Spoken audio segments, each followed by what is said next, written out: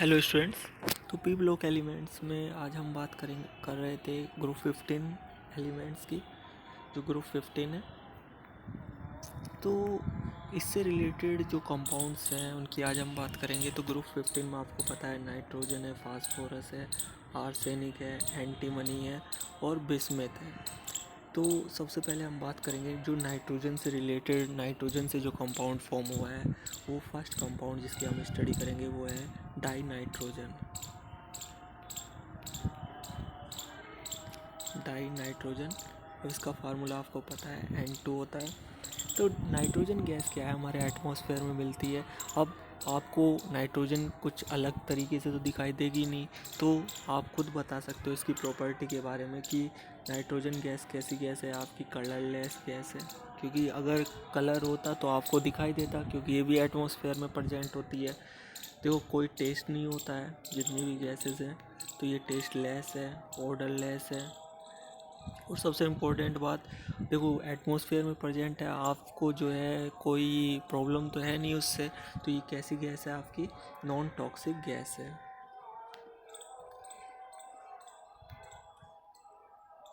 और जो डाइनाइट्रोजन है ये क्या होती है, इनर्ट होती है इन नेचर। इनर्ट का मीन्स क्या होता है कि जो जल्दी से ईज़िली जो होती है, जो गैस ईज़िली रिएक्ट नहीं करती है, वो गैस कैसी होती है, इनर्ट गैस होती है। और जो हमारी डाइनाइट्रोजन गैस है वो कैसी गैस है, एक इनर्ट गैस है। अब इनर्ट गैस क्यों है कि आपको पता है डाइनाइट्रोजन के बीच जो होता है, नाइट्रोजन के बीच जो होता है ट्रिपल बॉन्ड होता है। अब ट्रिपल बॉन्ड होने की वजह से क्या होता है, इसमें 1 सिग्मा बॉन्ड है और 2 क्या है आपके पास, पाई बॉन्ड है।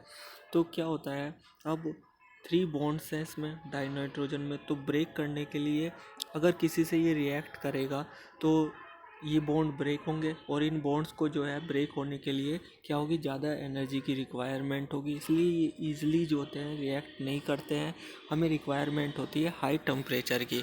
बात करते हैं प्रिपरेशन मेथड्स की। तो डाइनाइट्रोजन जो है फॉर्म करने के 3 इम्पोर्टेंट मेथड्स हैं। उसमें फर्स्ट है आपका, जो फर्स्ट मेथड है वो है अमोनियम नाइट्रेट, अमोनियम नाइट्राइट बोल सकते हैं। अमोनियम नाइट्राइट है जिसका फार्मूला होता है NH4NO2। इसको कहते हैं हम अमोनियम नाइट्रेट, इससे फॉर्म कर सकते हैं। सेकंड है आपके पास अमोनियम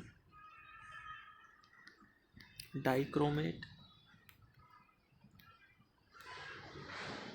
अमोनियम डाइक्रोमेट का फार्मूला होता है, देखो डाई लगा हुआ है तो NH4 का होल ट्वाइस और Cr2O7, ये इसका फार्मूला होता है। और थर्ड जो सबसे इम्पोर्टेंट मेथड है इसके प्रिपरेशन का वो है एजाइड। कॉम्पिटिटिव में यही सबसे ज़्यादा पूछा जाता है, यही वाला मेथड। तो एजाइड जो होता है सोडियम का भी होता है, सोडियम एजाइड भी होता है और एक बेरियम एजाइड भी होता है। तो दोनों से हम फॉर्म कर सकते हैं डाई नाइट्रोजन। तो फर्स्ट मेथड चलते हैं। तो फर्स्ट मेथड है हमारा फ्रॉम अमोनियम नाइट्राइट से, NH4NO2 से। तो क्या करना है हमें, सिंपली क्या करना है, इसको हीट करना है। जब हम हीट करते हैं तो हमें पता है कि वाटर मॉलिक्यूल्स क्या होते हैं, रिलीज़ होते हैं। तो सिर्फ सिंपल सा मेथड ध्यान रखना है, जब भी हीट करना है आपको वाटर मॉलिक्यूल्स को रिमूव कर देना है। तो HF4 आपके पास और ऑक्सीजन है 2। तो अगर यहाँ से हम 2H2O फॉर्म कर दें तो 2 इंटू 2 4, तो 4 हाइड्रोजन जा चुके हैं और 2 ऑक्सीजन भी गए। तो बचा क्या है, सिर्फ हमारे पास डाई नाइट्रोजन। तो इस मेथड से हम इजीली डाई नाइट्रोजन क्या है फॉर्म कर सकते हैं।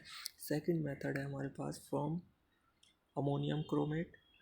तो इसका फार्मूला होता है NH4 का होल ट्वाइस Cr2O7। तो इसको भी हमें सिंपली हीट करना है, NH4 का होल ट्वाइस Cr2O7। अगर हम इसे जो है हीट करते हैं तो देखो सबसे पहले हमें ध्यान रखना है वाटर मॉलिक्यूल को रिलीज़ करना। तो यहाँ पर 8 हाइड्रोजन है और 7 ऑक्सीजन है।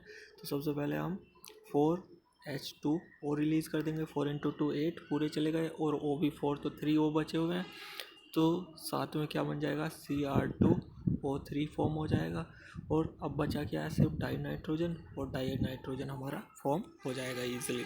और लास्ट मेथड है हमारा फ्रॉम एजाइड से, जो कि इम्पोर्टेंट मेथड है। तो इसमें क्या करेंगे, हम सोडियम एजाइड लिया जैसे हमने, इसको हम हीट कर देते हैं, तो यहाँ पर बनेगा डाइनाइट्रोजन और प्लस सोडियम।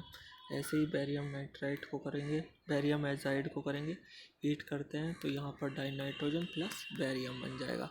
बात करें केमिकल प्रॉपर्टीज़ की, तो ये मेनली जो होती है हाई टेम्परेचर पर 3 केमिकल प्रॉपर्टीज शो करता है। एक तो रिएक्शन विद मेटल के साथ रिएक्शन कर लेता है, एक रिएक्शन विद हाइड्रोजन और रिएक्शन विद ऑक्सीजन। मेटल के साथ अगर रिएक्शन करोगे आप, जैसे कैल्शियम के साथ रिएक्शन करनी, तो कैल्शियम की ऑक्सीडेशन नाइट्रोजन +3 होती है, इसकी 2 पॉजिटिव होती है, तो क्रॉस मल्टीप्लाई करोगे तो क्या बन जाएगा, सी आपका बन जाएगा Ca3 और N2 या N2Ca3 बन जाएगा ये आपका कंपाउंड। अगर रिएक्शन विद हाइड्रोजन चेक करें, रिएक्शन विद हाइड्रोजन, तो आपके पास हैबर प्रोसेस आ जाएगा 3H2 और फॉर्म हो जाएगा आपके पास क्या, अमोनिया।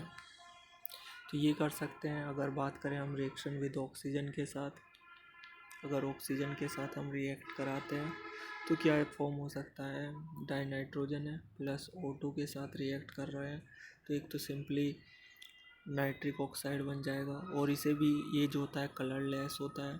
अगर इसको भी आप ऑक्सीजन के साथ फिर रिएक्ट कराओगे तो आपके पास NO2 बन जाएगा, जिसे नाइट्रोजन डाइऑक्साइड बोलते हैं, और जिसका कलर कैसा होता है, ब्राउन कलर होता है, तो ये इजली फॉर्म हो जाता है। तो ये था आपका फर्स्ट कंपाउंड डाइनाइट्रोजन। अगर आपको फिर भी कोई प्रॉब्लम हो तो आप जो है पूछ सकते हैं, एक इम्पोर्टेंट कंपाउंड है।